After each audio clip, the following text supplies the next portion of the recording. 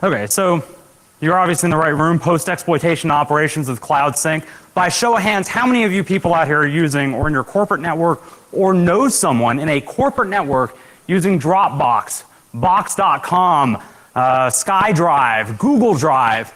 Better yet, by show of hands, who doesn't know somebody who's using one of these in a corporate network? I'm not concerned with at home, right? I mean, well, I am concerned with at home, but that's not my primary concern. My primary concern is what's happening in your corporate network, right? So before we get started, who am I? Well, I'm Jake, right? I love this stuff. Security is awesome. I'm a chief scientist at CSR Group. We do a lot of defense industrial base and DoD style stuff, although we're branching out financial services and all kinds of other wonderful stuff. Incident response, forensics, pen testing, exploit dev, PhD candidate in computer science. If you have any botnet samples you want to share, or if you have a botnet problem in your corporate network, I'm looking for places to do research. Two-time winner of the DC3 Forensics Challenge, and I'm a SANS instructor and author for malware, cloud forensics, and offensive forensics. So if you don't know what offensive forensics is, come up and talk to me after the presentation. So the agenda, what are we going to look at? We're going to talk about the problem, right? So the problem is that we have these cloud backup and synchronization tools that I don't think, now I think some of Dropbox and Box.com's marketing guys would tell you that they intended for you to use these in a corporate network. But I think once we're done with this talk, I hope that you walk out and realize that there's a different threat landscape than what has primarily been briefed to you. Right? I view this a lot like the email, right? So email back in the 90s, the early 90s, right? We had email. Everybody was allowed to use email. We could send email in and out of the network freely, right? There was no protection. We didn't have any exfiltration with DLP. We didn't have any inbound filtering for malicious executable attachments. Right? And then things changed. We got smarter security professionals. We started changing, the threat landscape changed, right? People continued to do some of the same stuff. Exfil via email. They kept doing, trying to send in, I certainly try when I'm doing a pen test, to send in malicious executables as attachments, right? But again, the threat landscape changed because we put defenses in place. There are no defenses for this today. And that's hopefully what we're going to do here today, is raise the awareness level so when you walk out of this room, you understand what the actual threat landscape is. We'll talk about the solution. Well, not the solution to your problems, but the solution to my problems as a penetration tester faced with a fairly complex situation. Look at some of the next steps. Then we'll talk about some insecure authentication via case studies. Talk a little bit about some post-exploitation activities. What do you do after you own the box, right? So you own the box, you find out there's some cloud sync. By the way, if I get buzzword bingo, somebody's yelled bingo, right? We're talking about cloud. All right, and so Cloud Sync, what do you do after you whack a box that has actual Cloud Sync software installed? And then we'll talk about where to go from here. What are our next steps from a research standpoint, both offensively and defensively, right? Okay, the disclaimers. The damn lawyers made me do it. Okay, so my lawyers told me to tell you Dropbox isn't broken, and neither are their competitors' products. Now, when you walk out of here, if you happen to have formed that opinion, I will think nothing less of you. In fact, I will probably think more of you, but our lawyers have told me to tell you that Dropbox isn't broken and their competitors' products aren't either. We don't want you to stop using them because that will cost them a lot of money and they'll probably sue me, and that would be bad, right? You should carefully evaluate your own security posture before canceling any service, changing contracts, yada yada. I promise not to read the rest of these slides. However, these are the lawyer slides, and I want to make sure that I get all this out here in case somebody's got their eyes closed, not paying attention. And Dropsmack is not malware, capital N-O-T, not malware. It's designed to be operated only in authorized penetration testing scenarios, right? Okay, cool, on to the good stuff. I don't like lawyers anyway. Okay, so what's Cloud Sync, right? This implies more than just online backup. We're not talking about Mosey here. Files placed in special folders, right? Special folders, they get replicated to every configured machine. This can include smartphones. Woohoo, right? I'm already thinking about cross-platform attacks that can potentially be done here, right? Everybody remembers the Stuxnet USB style attack, right? Can anybody picture a scenario where now that we have our smartphones synchronizing files back to, right? We've got files that are being synchronized from a machine via Dropbox to a smartphone that then gets plugged in via USB. Couldn't this be the same type of removable media vector? Of course, that one's patched out, but who knows, right? So we have these all kinds of neat cross-platform attacks to include actually attacking the smartphones themselves, right? This is an active area of research for us. So we also have thoughts of maybe infecting files heading for cloud backup, like a Mosey. By the way, not bad. I like Mosey too, right? Any products that I talk about here, we're all good, right? Okay, so, but if we in fact, something heading to cloud backup, I love to hit backup servers, right? That's an awesome place to go find lots of good data. Maybe we can find great data the client just forgot about, right? Or maybe we can infect their backup so that when they find us and they go wipe their machines and reinstall their software, woohoo, we're already there, right? That's all kinds of cool. That wouldn't give us any command and control though, and that makes me sad. Let's talk about things where you get bi-directional command and control. So before we hit that, let's talk about the history of insecurity. And I'm not picking on Dropbox. Dropbox is the only one that has a history of research, right? They're the only provider that have really any research associated. So Dropbox authentication was found to be horribly broken. Those are not my words, right? Those are somebody else's words, but they found it to be horribly broken. And by that, they meant if you get onto a machine that has Dropbox installed, you go find the configuration file. It happens to be, or used to be, a SQLite database. Actually, it still is a SQLite database. It's just encrypted now. Okay, anyway, it's encrypted. We'll go with that for the time being. And so you could copy that onto another machine anywhere, and without ever having the user's credentials, all their files would automatically synchronize back to you. It was like magic, or free beer if you're in the beer business, right? So then a couple years ago, Dropbox said, hey, you know those passwords? We're going to do the not two-factor authentication, we're going to do the no-factor authentication. And so they had a period, a brief period. It's only somewhere in the neighborhood of 4 hours to 16 hours, depending on whether you believe security researchers or Dropbox, right? They may be a little bit biased, right? But cool, so for 4 hours, give or take, no passwords required. Just go at it. If you knew the user ID, which isn't the same as your email, Dropbox assigns you most of these cloud backup storage providers assign you a numerical ID. So if you knew the user ID, you could just go grab all their files. Upload files, download files, free reign, it was awesome. They fixed it. So then Dropbox got into the mobile business, and they said, what the heck? We'll transfer all your files encrypted, but your file metadata, and we all know how damaging metadata can be, or not damaging, depending on whether or not you believe NSA, right? So you've got file metadata now being shipped in the clear off the mobile app, right? So it turns out that other service providers, are they doing a better job? No, not really, right? Other service providers just aren't getting enough research cycles to make the headlines. That's really what it boils down to. We'll look at one today that probably will never make the headlines, but cool. So they've definitely made some mistakes. So foundational work. There was a paper that probably 3 or 4 people read, like most Usenix papers, called Dark Clouds on the Horizon. They, as a footnote, they talked about the idea of using cloud synchronization for covert data exfil. Then Frank McLean and Derek Newton, they researched the Dropbox database format and published a bunch of the details, and Dropbox said, that's not good, let's change those right away. Right?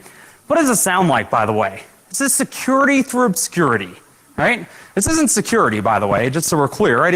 If when the internals of your file format are suddenly published and you immediately rush to change them so that nobody can abuse them, that's security through obscurity.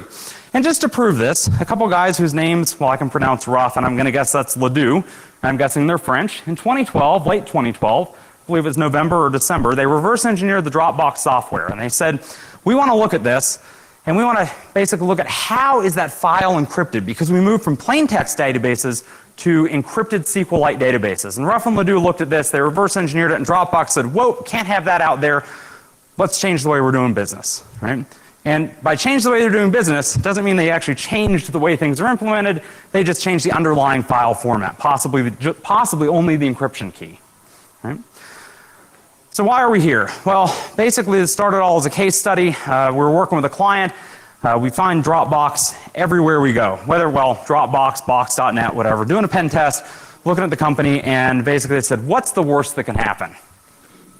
Oh no, you've thrown the gauntlet down. Let me show you what the worst that can happen is. And so basically the client wants a no-hold-barred pen test, long engagement time, completely black box. We start looking, we do all the regular stuff. If you didn't go to Dave Kennedy's social engineering toolkit talk earlier, right, that's the kind of techniques we're using, right? So set, you name it, going after the web portals, anything public facing, and no luck, right? In some cases, we've actually got some things that are hitting us back, but again, no out-of-date publish or publicly facing servers. Social engineering fails due to awesomely trained employees I actually do wish that this usually happened, right? I want penetration tests to be a challenge. I don't want to walk in and have be in 20 seconds flat, right? It takes the challenge out of it, right? We're all hackers, or I presume most of you guys in here are hackers or black hat for crying out loud, right? We're here in security because it's challenging and it's awesome, and we want pen tests to be challenging and awesome. So physical security, rock solid. The guest wireless network, it's completely segmented from the production network. Production wireless is actually properly secured, right? This almost never happens. We normally send a lot of spam. That fails too. Unfortunately, dog no longer with us, right? But some users actually are clicking on some of the payloads. They're just not calling back. Now, Dave showed some awesome stuff today with SET that may have worked for us, right? That wasn't available then, unfortunately, right? So keep spamming just in case, but no go, right? So social engineering, no go. Spam, nope. Web apps, no go, right? Basically nothing's working. Okay? So time for plan B, right? Time for plan B, because we got fail up to this point. So we find a CISO, right? And he comes to an ISSA meeting and leaves his laptop for about 30 seconds, right? Maybe less. That's all it takes with a human interface device. If you're not familiar with a Teensy or a rubber duck, right? Go buy one. They are awesome. You plug them in and they register as a keyboard. And then they will, as opposed to a USB device. Even if you blocked removable media, this doesn't show up as removable media. Rather than transferring a file by, say, like copying it via removable media, this registers itself as a keyboard and types out your binary file. How cool is that, right? So 30 seconds later, we're on his box. Okay, awesome. So surprise, guess what? Your awesome corporate firewall sucks when the CISO is not sitting behind it. And this happens all too often, right? In fact, anybody here that's using the Black Hat wireless network knows, right, that you're going to get hit about 30 times a minute, right, sitting on the Black Hat wireless network, and all your corporate protections are for naught, right? So now all we need to do is pivot into the internal network over the VPN connection, because this is our normal MO, right? We get on the laptop where it's not protected, and then we use the VPN connection to go back into the network. But no VPN. Right? And so this actually, from a pen test standpoint, that was the case. They had decided that, I suspect it was because of incompetent system administrators, but whatever, it doesn't really matter. They decided VPNs were no good. And so they said no VPN on the CISO's laptop, no evidence of USB drive use. And the reason for that was they had awesome, well, there's no such thing as awesome DLP software, but they did have software that was configured to prevent removable media. So prevent the use of removable media. But we find that he has confidential corporate documents, so how is he getting it on the machine? Well, you're going to talk about Dropbox, so you guessed it, it's Dropbox, right? Give that man a cookie. So it could have been any cloud sync software, though. Title of the talk, though, might have clued you in. So what now? So it stands to reason that Dropbox is how we got these files here in the first place. This means Dropbox is probably installed inside the corporate network and is allowed out by the firewall. All we need is C2 over Dropbox. We can already deliver files. Dropbox gives us that ability. We just need command and control. Yep, that didn't work well. Here we go. So Dropspec's born. So Dropspec communicates by monitoring the sync folders for tasking files. Basically what you're doing is you're going to configure Dropspec, and it's fully configurable. All you have to do, we distributed the source code. It's posted online at the Black Hat website. You don't even have to know C++. All you have to do is go in there, and you just have to change the names of the files, right? And when it finds a file with that particular name, or starts with that name, right? So in our case, I think we're using stats and reporting and something else along those lines. There's 3 of them there, but you could change, make it 8, 10, whatever. Basically what happens then, it looks for those tasking files. And again, those are files of that particular name. Right? It doesn't care what the extension is. It doesn't care what the actual file content is besides the actual tasking. And so it's going to pull the file, or basically pull that file sync folder, looking for those files, and exfiltrate the files using the same mechanism. So you can say, show me a directory listing of the user's desktop. And when that comes back across to the CISO's laptop, you have an interactive shell on, by the way. Then you can come back and say, okay, well now let me get those other files. And they don't have to be named a particular name. So let's say we find credit card numbers.xls on the CISO's laptop. And he would never have that though, right? Because that would be a clear PCI violation.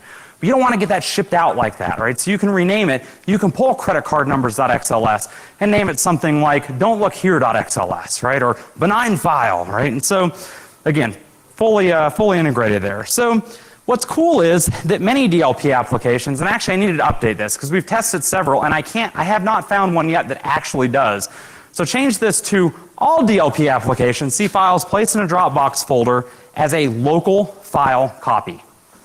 Let it sink in for a minute. All that stuff that you have, all the rules that you have on your DLP software to protect your credit card numbers, your PII, whatever those magic keywords are that you set up, that you say DLP don't allow this to go out, your DLP software sees upload to Dropbox as a local file copy, right? Because you're placing in any folder on your hard drive that just happens to be synchronized by Dropbox. I'm not crapping on DLP software today, by the way, right? DLP is a hard challenge. So hard, in fact, I don't think anybody has it right at this point.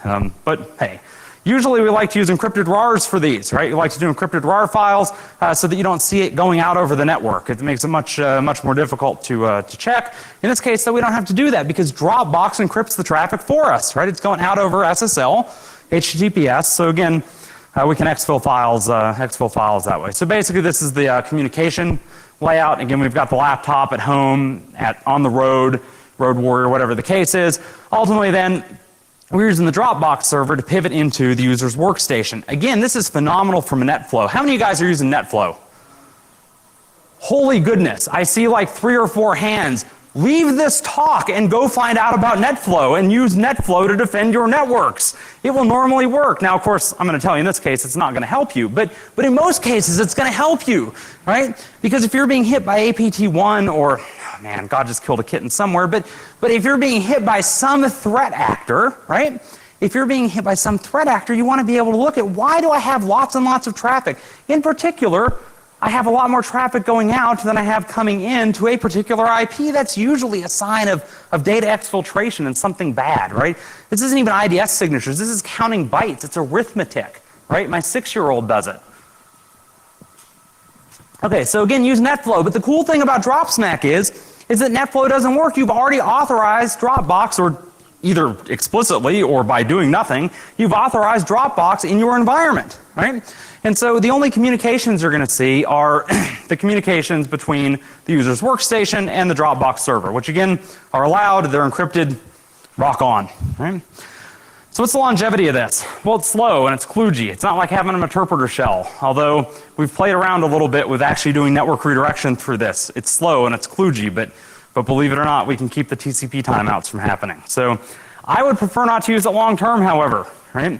If I have bidirectional, or once we have bidirectional C2, I can figure out how to get a more traditional C2 channel past the corporate firewall, right? This isn't a case where you've got some isolated machine sitting off net someplace, right? This thing is on the network. It is calling out to Dropbox for crying out loud. Let's use that command and control to survey our environment and identify how to get out of there with a normal malware command and control, because again, slow and kludgy, right? If I had to use this as the only thing I could, what the heck, right? So we can do trace routes, we can watch legitimate traffic leave the network from the inside, and being able to observe the results from failures helps a lot, because otherwise what we've done here is we've turned we've turned black box testing, we're spamming and we're just not getting results, into white box testing. We can actually observe to see what ports are allowed out and under what conditions. So what are the features? Well, we implement the following commands: put, get, delete, execute, sleep, move. We thought about adding a bunch more, but really this gets you everywhere you need to go. Everything else is just cake, right? So really, when it comes down to it, put, get, and execute really gets you everything you need. You can do a delete or a sleep or a move via the execute, but I'm lazy. That's the hallmark of every good programmer, and I got tired of doing commands to execute to delete or move a file there. So how do you deploy this? Well, you just want to use a file infector of your choice. I like Office macros. I think Office macros are awesome. By the way, you should totally block Office macros via Active Directory, right? They're a horrible idea, but Office macros work. And the user, right? The user will almost unconditionally click on the Office macros for the win here, right? Because don't forget, they think they created the file. So when they open the file back on their workstation, back at work, when they open up the file and it says, "Do you want to allow this?" Of course I want to allow it. I wrote the file, right? So again, it's a good deal there. So we could get the victim to open it. Potentially we could wait, or we could employ social engineering. Let me give you my 2-second blurb on social engineering here. If you can't socially engineer the user to open the file, get out of the business, right? You know the file contents, right? You know something about the user. You've been on his laptop, right? We should be able to call or email or something the user here and get him to open it up for some reason, right? Ask for that critical piece of data that's in that file, right? Something, or ask him to add again. So generally, providing that we don't have some crazy authentication problems, which we'll look at in a minute here, we need to maintain access to the original infection point. So that's going to be that laptop. We need to maintain access to that original point because we have to be able to basically task those files and pull those files back off the Dropbox service. Right? Now it turns out some of these guys employ web applications where we can upload and download files from. We don't yet know the user's password. Right? So we still have a problem with either we need to find some type of auth bypass, right? Which sounds like a great idea. That's a direction of research I'd definitely go in, right? Find some auth bypass, or we need to maintain access to the laptop. But let's be honest, that shouldn't be that hard, right? So what's new between Dropsmack that we presented at Europe and Dropsmack now? Well, it only operated against Dropbox because that's what the client asked us to look at. And amazingly, so Tech Republic picked this up. They ran an article, got, I don't know, 100,000 hits or some craziness. And we got a ton of comments, and it was absolutely mind-blowing, where people are like, I don't see this as a problem because I use Box. I use SkyDrive, so I'm good. I use Google. Have you read the article? This is file movement, right? This is, and you are installing file moving. Yes. So some victims use other synchronization services. Clearly, we need a better mousetrap, right? So Dropsmack v2 is a better mousetrap. It hits Dropbox, Box, SkyDrive, Google Drive, SpiderOak, SugarSync, and then this guy down here, JustCloud, right? And so we'll talk a little bit more about him in a minute, but it doesn't really matter. So we've got 7 of these guys right now, and there's no reason that we couldn't add any more, and it's trivial to do. And the source code is publicly available. I encourage you to do it as well, right? Go demonstrate to your CISO tomorrow, or if you are the CISO, call up and stop this before you get home, but demonstrate to your CISO tomorrow the actual threat landscape, right? The actual potential vulnerabilities that you're exposing yourself to by having this stuff running inside of your network. Okay, so enough about Dropsmack. If we get a couple minutes at the end, I'll actually throw some demos up, but it's really not that cool, right? There's not a lot to see because it's running in the background, right? Oh, by the way, before I move on, I did forget about this. Dropsmack originally used to call itself Dropbox Sync. Amazingly, an antivirus vendor who I will not, DropboxSync.exe, an antivirus vendor who I will not name here, but if you want details, come grab me after the talk, actually created a signature looking for DropboxSync.exe. Now, nothing could be more fragile than looking for the actual name of the executable, but sure enough, they did it. And so as we were building this, we thought, we should make this easy to change, and it wouldn't make much sense in the process list to see DropboxSync.exe if indeed you were using SkyDrive. And so changed all that. It automatically detects which service you're using and camouflages itself appropriately, right? And so we thought about doing some awesome DLL injection into Explorer. I'm sure there's a couple people out there thinking, why are you running processes in the process list? Because the lawyers told us to, right? Because really at that point, you're not talking about a pen testing tool anymore. I'm talking about like releasing rampant malware. But you could take the code, if you were so inclined, and very quickly package it into a DLL. I wouldn't encourage anybody to do that, but rock on, right? So you may not be presenting it at Black Hat and being videoed by the guy at the back there, where everything goes on the record for potential long-term court use. Okay, so let's talk about insecure authentication. So when I started looking at these sync applications, everything I saw was HTTPS, with one exception with a mobile service, but they fixed that. Turns out I wasn't the first to report it. By the way, I don't know how I'm not the first to report that and it still happened. Never mind. Okay, good to go. So started looking at this. Everybody's using HTTPS. I thought, awesome, these guys aren't total idiots, right? I'm always disappointed when I think that. I think, these guys aren't total idiots. And then I turn out to be disappointed. But I kept looking anyway. Then I found this, and I thought, is it 1999? Right? What happened precisely? So not only is this a checkbox, but this is actually the default. And for those of you in the back whose eyes may be strained, HTTP is the default for authentication. Please authenticate over HTTP and not HTTPS. I have no idea what the rationale behind this is. No idea, right? So this is just fail, right? So they actually go through and they talk about how, don't worry, we send all of your files using HTTPS, so you're perfectly secure. Who cares whether you use HTTPS if you authenticate using HTTP, right? I mean, everybody in the room here, I think, can develop a trivial exploit against this if you're authenticating using HTTP. You know, Jean-Luc Picard there will tell you one facepalm just can't do that justice, right? This is cool. If you hate your coworkers or your ex, you can refer them to the service and get free storage, right? Awesome. So who is this? Who produced this big bag of fail? By the way, I'm looking for all kinds of Twitter hashtags with BBOF, right? Hashtag BBOF, big bag of fail, right? But seriously, right? Who produced the big bag of fail? This one's called Just Cloud. It's a company you've probably never heard of. I hadn't either, right? But it turns, until we started doing cloud research, it turns out that they have several different brandings that are part of Backup Grid. And so this backupgrid.net guys, yes, okay. So the ones we looked at, they were using the same awesomely secure software. So this is like a rebranding, reselling.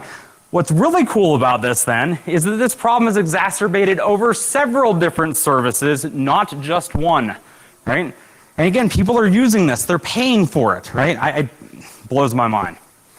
How did I find Just Cloud? So I was actually, for an earlier presentation, because I'm just thinking, why am I picking on, this is like picking on the slow kid, right? Why am I picking on these guys? Well, I was actually searching Google for SkyDrive because I was looking for their logo, right? And I wanted to use it for an earlier presentation. I Googled SkyDrive, and this actually popped up in news for SkyDrive, right? And they're like, forget SkyDrive, Dropbox, Google Drive, right? You get the top cloud storage free. I thought, what the heck? I got nothing better to do. My blood alcohol level is probably 0.06, 0.08, something like that. Cool, I'll take a look at this. Right? I don't think this is really news, but it was under community events, so you can just drop your Dropbox and, yep, I don't want to live any place with paper like that, but cool, okay. So then I went to try and disclose this. And there's no contact info at all. Welcome to reseller storage. So I did go to Backup Grid. I didn't go to Just Cloud originally, I went to Backup Grid. But it turns out that if you're not buying something from them, they really don't give a cat's meow, expletive deleted, right? So this is great news, no contact info at all, but the login form, believe it or not, is HTTP. And it's not one of those magic HTTP forms where it only posts to an HTTPS form, right? We've all seen those before. Those are still a horribly bad idea, right? Horribly bad idea. No, this one just posts to an HTTP form. So before we're done with the presentation here, I will definitely go ahead and click on that. Somebody will own my newly minted Just Cloud account, right? And we can see what's there by the end of the day. So, cool, let me log in. Okay, wait, I can just, so I never register with Backup Grid, but that's cool, don't worry. I register with Just Cloud and I can just go log in there. Right, and so it turns out if you have a service using one of these resellers, you have service using all of these resellers. Right, they're all rebranded, they have their neat little pictures, all that good stuff. So, okay, I thought maybe I'll contact support. No, they don't have links up there at all, right? And so I'm thinking, are you clowning me? What's going on here? Okay, well, it's cool. So again, there's a service called Zip Cloud. It uses exactly the same software. And so I started doing a little bit of searching for these guys, and it turns out that they're number one from an SEO standpoint is the top 10 best, it's a big mouthful there, but the top 10 best onlinebackup.com, which is my go-to source for all advice on cloud services, right? I mean, and it should be your, no wait, don't, that's on video. I don't want you to go there as your number one source for, right? So I'm looking, what kind of clowns are, so you go look here and it turns out that Just Cloud is number one, Zip Cloud, I have a strong feeling that mypcbackup.com, also trending upwards, in the number 3 spot there, is probably also using backupgrid.net. I just ran out of time to look at really poorly written software, right? So, but look at where Dropbox and Box are, right? Way down at the bottom, right? SugarSync at least is making an appearance somewhere here. SugarSync, for those who don't know, is actually a legitimate service, right? It's on par probably with Box and Dropbox. It's just targeted more towards the corporate environment. Woohoo! Awesome, cloud synchronization targeted at the corporate environment. Yeah, we should look at that too, right? Okay, so I thought, are we done with Just Cloud? No. Okay, so Just Cloud has some awesome, this wasn't like a one-time thing. It wasn't like they thought, or technically it's backup, it's probably backupgrid.net, right? Their reseller, their backend. They thought, hey, why screw it up once when we can screw it up lots of times, right? And so if you're sitting on an email server, and by the way, if you're a pen tester and you're not sitting on an email server, shame on you, right? But if you're sitting on the mail server and you've seen email from Just Cloud, it just might be your lucky day. Actually, scratch might, it is your lucky day. Okay, so then they send you these email links, and the first thing I'm expecting from software written that's this cool is they're going to send you in plain text your password, right, as opposed to like a password reset link. They don't. That's awesome, right? They actually have a chosen by you, right, but they don't send you the password. Anything else stand out, though? Well, these clowns like HTTP a lot, right? And I'm thinking, well, okay, but they're not that stupid. At least the link is only used to verify the email address I registered with. Whew, okay, we're safe, right? Then I found out, no, free beer, right? This is totally free beer. The link never expires. So sitting in your email server, something that you long ago forgot about, right? And by the way, these guys are trying to target corporate services as well. They have corporate service plans, right? Sitting in stuff you long since forgot about in an email is a link that will log you in directly to to your account at justcloud.com, where all of your files can be pilfered and downloaded. Mind you, at this point, none of that bandwidth, right? All that NetFlow stuff we talked about earlier, where there's more data going out than's coming in, we're pulling this from justcloud.com servers. The really cool part is you'll get the bandwidth bill for it, right? While we've pilfered all your files, and you won't see it on your NetFlow monitoring. That truly is free beer, right? It doesn't get much better than that. So the login link never expires. It's a multiple use auth token. So I'm speechless, right? So literally had to grow extra arms, right? So, okay. So we're picking out a little bit here, and so we continue to look at other applications, and we're looking to see possible exploitation avenues that they might provide. By the way, I want to clarify, and this may be because I just ran out of time. It's possible it's because I just ran out of time. Nobody else we looked at was this bad, even close to this bad, right? So, but do some of the core services have some potential problems? And the answer to that would be yes. Okay, so let's talk about generally, what do you want to do post-exploitation? When you find that you're running some of the cloud synchronization services, obviously, you want to go try and pilfer files directly from the cloud. I know how effective that whole NetFlow thing is I was talking about, right? With that whole asymmetric pattern of life there. I don't want to pull your confidential files directly from your workstation when you have uploaded them to the cloud for me, and I can pull them there using your account. That's a much better idea. We should do that. We could upload infected files to the cloud. This could be a long-term persistence mechanism, right? Again, picture the case where you have wiped the drive, you scanned all your files, and then you reinstall Dropbox or name service here, and it downloads all of your files. You go open up your exploited again, right? This sounds like a long-term win to me, right? In particular, again, we're uploading files, we're modifying a file that the user had already created. I'm just going to go put exploit.pdf there. Let's grab an Office doc, right? Something that the user's created, the user thinks they've created, modify that and push that back up to the cloud for them. I always find it interesting to see where else the user is connecting from. In 2 different pen test scenarios that we've done, we have found those, I don't want to call them, I guess it depends on what space you're in, right? The credit card processors call it red side and black side, and I'm sure DoD calls it, classified and unclassified. But we found networks, research and development networks that we didn't know existed previously, right? By going up to the cloud and looking for other connected devices and saying, what is that computer that is connecting to Dropbox? I don't know, let's go have a look, right? And so all it takes is that user opening the document. And again, we know if Dropbox is synchronizing, great. How about evil? And obviously this isn't something you do as a pen tester. I certainly don't advocate that you do this, but it turns out that once you have command and control on that box, you're able to log in and you can cancel the account. It doesn't ask you for their password. You're already logged in. You're them as far as they're concerned. And so we've tested this on several different services. The ability, once you own that laptop, once you own that initial piece running cloud sync services, where you can just delete the account and all of the user's files with it. That's awesome, right? I mean, from a destruction standpoint, it's scary, right? Scary or awesome. I don't want to make it sound like it's something I want you to go do, but it sounds like we should probably put more checks and balances in here. Sometimes files have been deleted from the host, but we can go back into logs that for whatever reason some of these guys never delete. Some of these guys never delete, they just bloat your profile. And we can go find information about files previously sent to the cloud that may not exist locally. And this is SkyDrive. So SkyDrive here, I know this is difficult to see in the back, but it shows red shot, right? So it shows that I did some uploading of a particular text file. We know the size of the text file. We don't know the contents yet, but if we know anything about SkyDrive, we know that that's, even if it's been deleted locally, providing I have the right tier of account, it's still sitting in SkyDrive. Even though it won't be synchronized back down, I can go into my deleted files, my recycle bin, if you will, in the cloud, and go pull this file back out, right? This is awesome, by the way, from an e-discovery standpoint. For any of you guys who deal with any type of compliance, right? This should scare you because many of these services do revision control, and there are revisions of files that you would probably wish in a litigation were not stored anywhere, especially not out in the cloud. Right? We can grab databases. So most of the time what we have are SQLite databases. So we can actually go in and locate databases stored on the client, and these usually tend to be better because in this case we're looking at just cloud, but box.net or box.com does this as well. And so what you're able to see here is not only the file and the folder where it was at, but also a hash, and that turns out to be an MD5 hash of the file. So now we're going a step further than just having a file name. We can actually prove a particular file was located on a box at a particular time. So granted it's a little more forensic-y than pen testing, but it does help to get a historical idea of what was on the user's machine and when it was there. And it turns out that there are databases that will save this even after those files have been deleted locally. Why? I'm thinking programmer laziness, right? But again, we can use that kind of stuff to our advantage. Okay, so this is pretty cool from Just Cloud. And so users can be enticed to enter phone numbers for free add-on storage.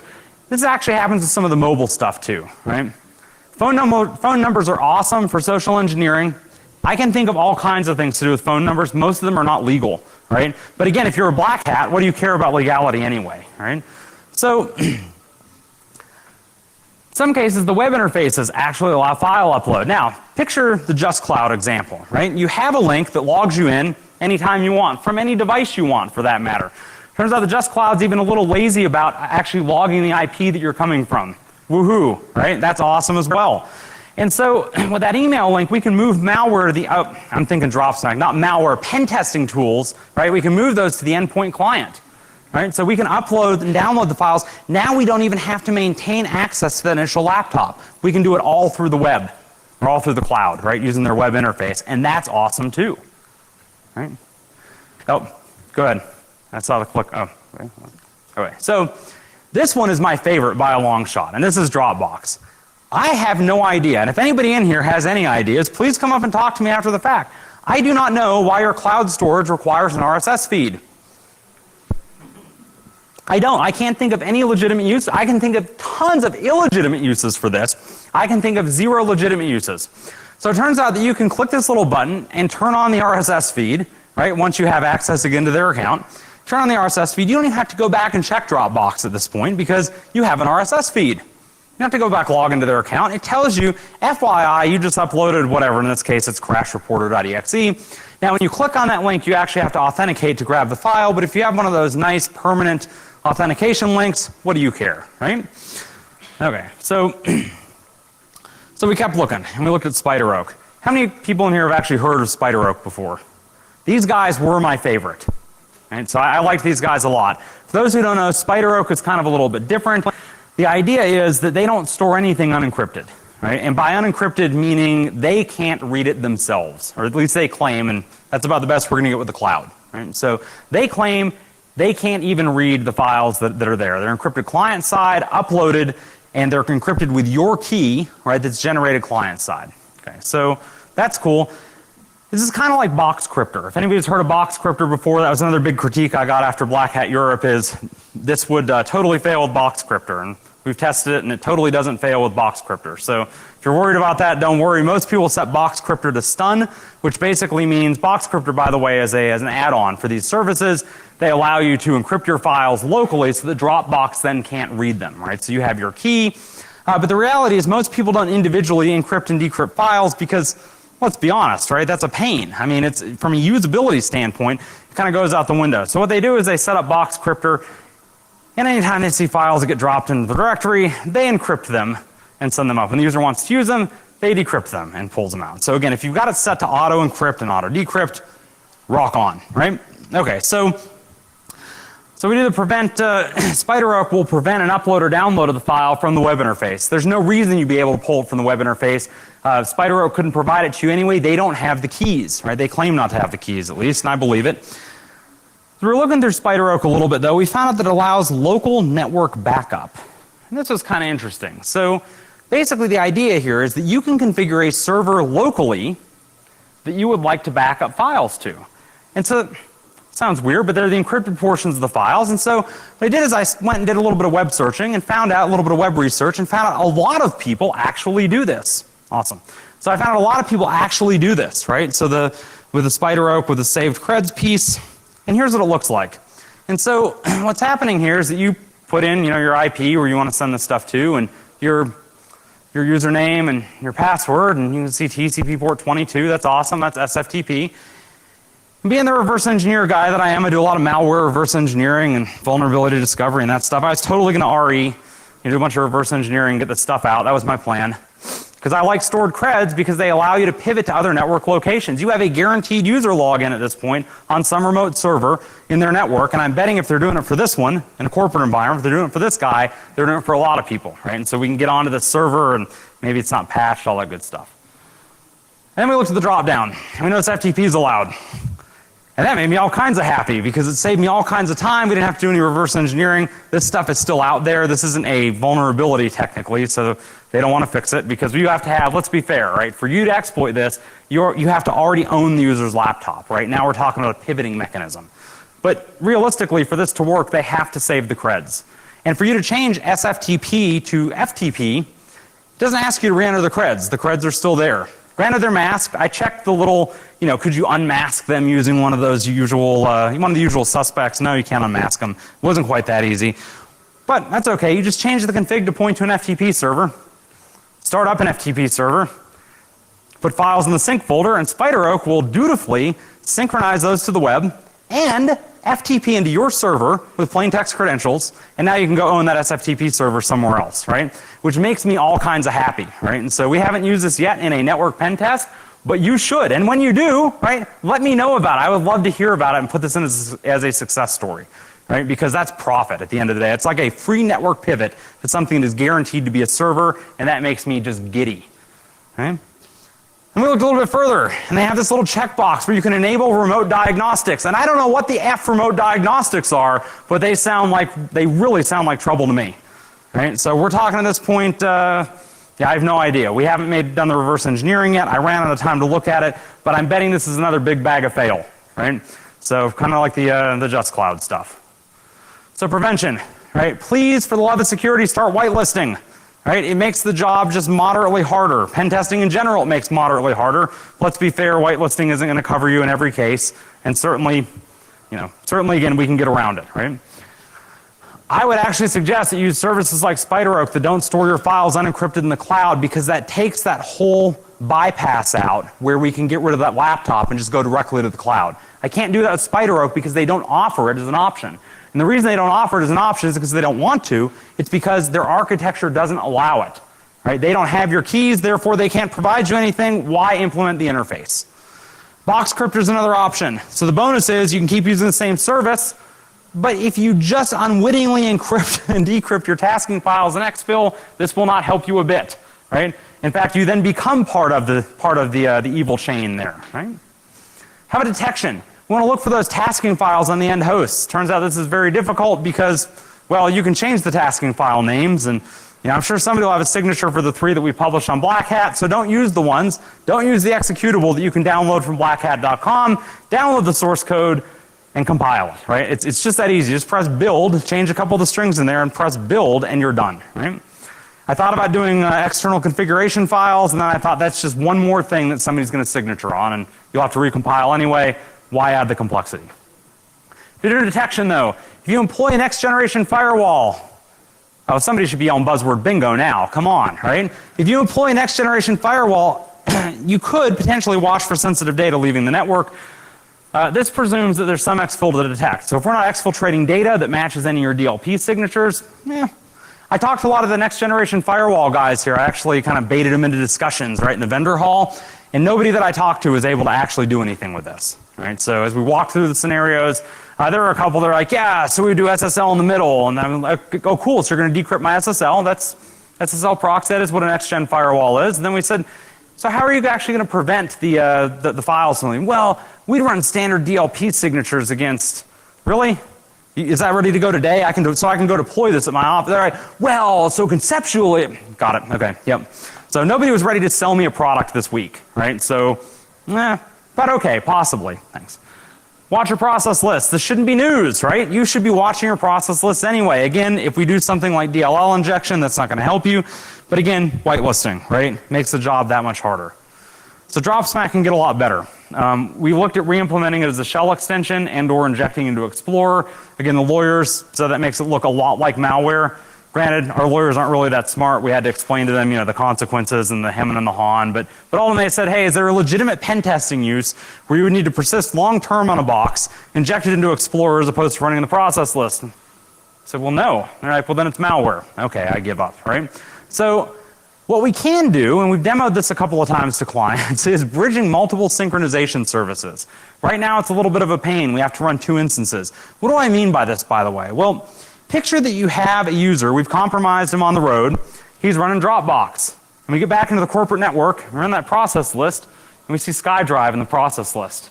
Well, I know where Dropbox goes, but I don't know where SkyDrive goes yet, right? And so Dropsmack at the moment won't check multiple folders and deconflict.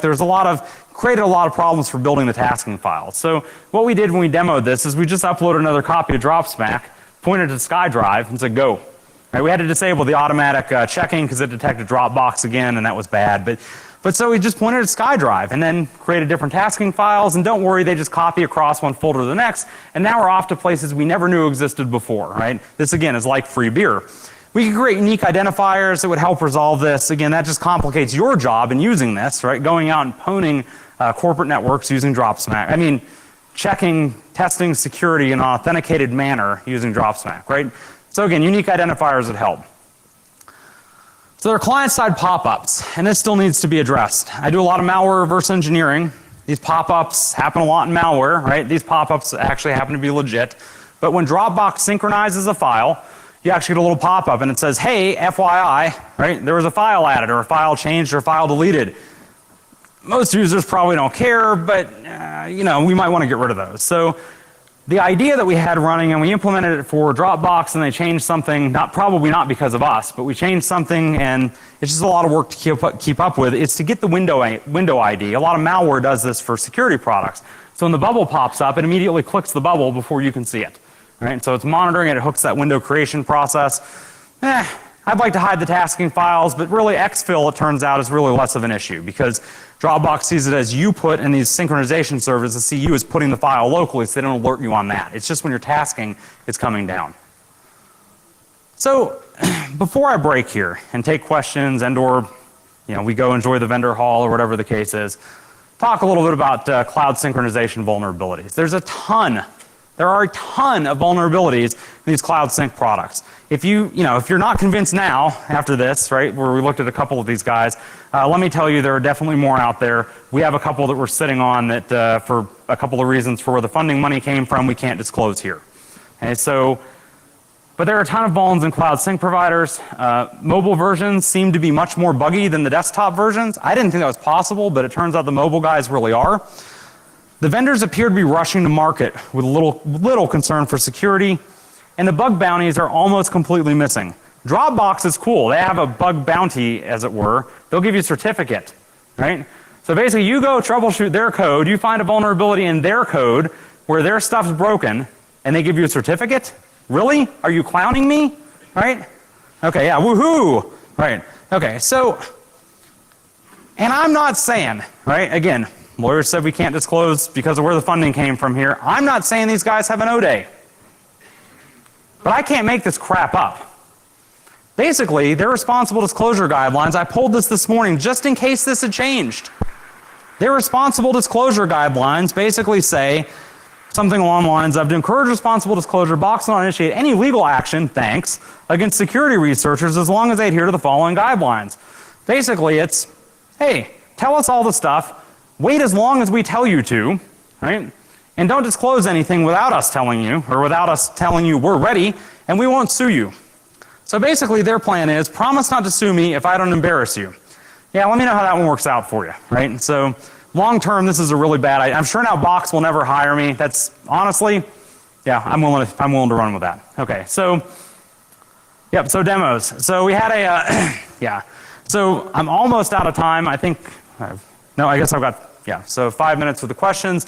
I want to pump into a couple of demos here. Please bear with me though. We had an awesome crash last night. I'm sure somebody Somebody whacked a box there, but that's cool. So I had an awesome crash last night, but we'll work through a couple of demos. Like I said, not horribly exciting, except for popping into the auth piece. So I want to do a couple of credits though before I do this. My wife puts up with a really, really crappy travel schedule. If you see me at DEF CON with a redhead, come give her an unsolicited hug, right?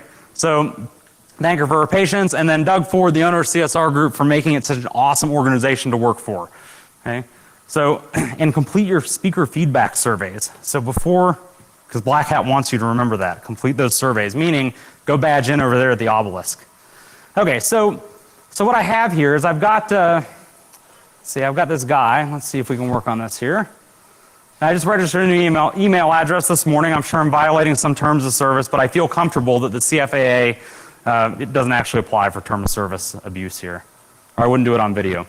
So, let's see, Just Cloud. Awesome. So here's the thing. I'll go ahead and blow it up so everybody can get a picture of it. Go own this, right? I'll tweet it out here in a minute, but go own this and upload some files, and we'll see at the end of the day. I'll write a blog post on it or something. We'll see how many awesome files end up in Dan's Just Cloud control panel. And so again, this seems like this just seems crazy. But you click this, and providing I'm still connected to the wireless network and somebody hasn't blown me off, you can see here that I can protect all my files today. That's awesome. But we're logged into the control panel. This should never happen, right? And again, this is still going today. So if you find this in your network and you see anything going to backupgrid.net, right? Run, do not walk, right, to your nearest security. Black hole that stuff, right? This has no business on your network. Backupgrid.net.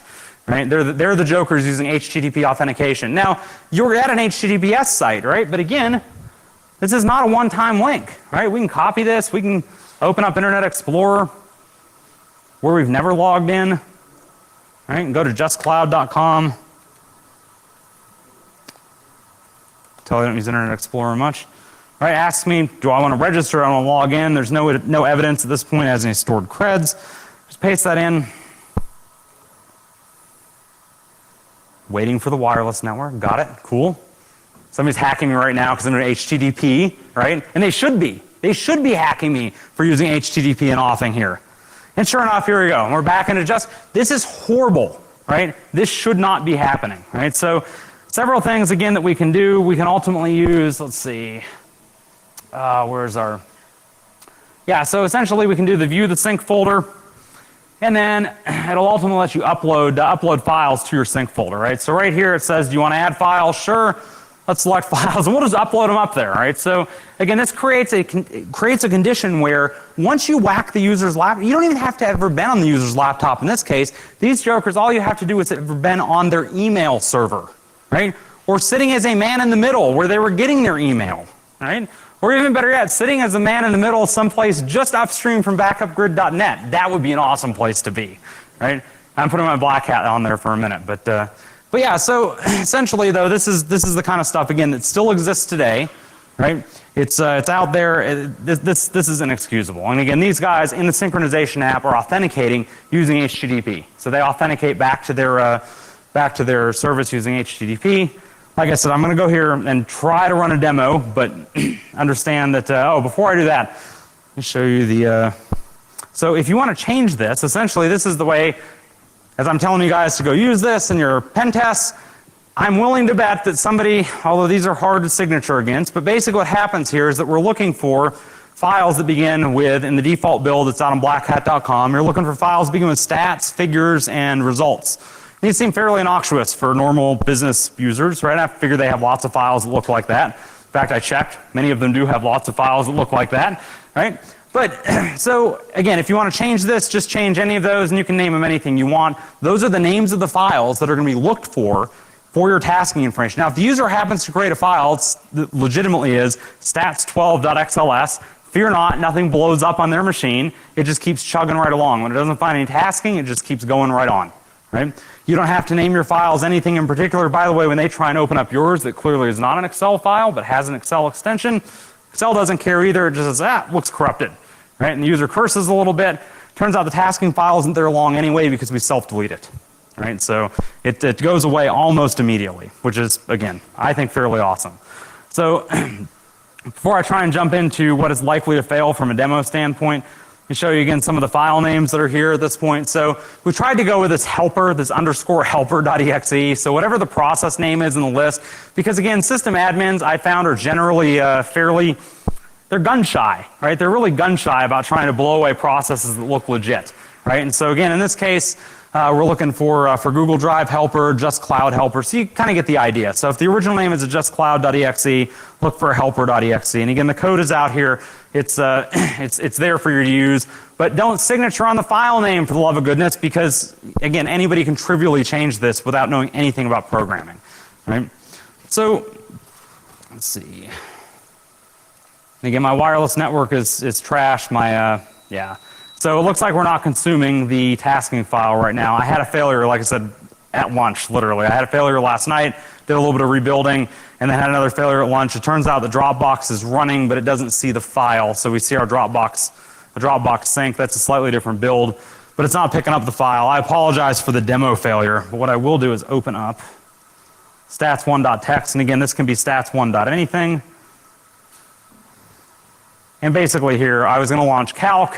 It's literally as simple as that, right? So again, we can name it anything. We can actually put garbage in front of it, right? Garbage in front of this. It'll search for at the beginning of a line, right? Because we're breaking a new line characters, and it'll search for basically the exec command or any of the other commands that are detailed in the white paper that's out of blackhat.com.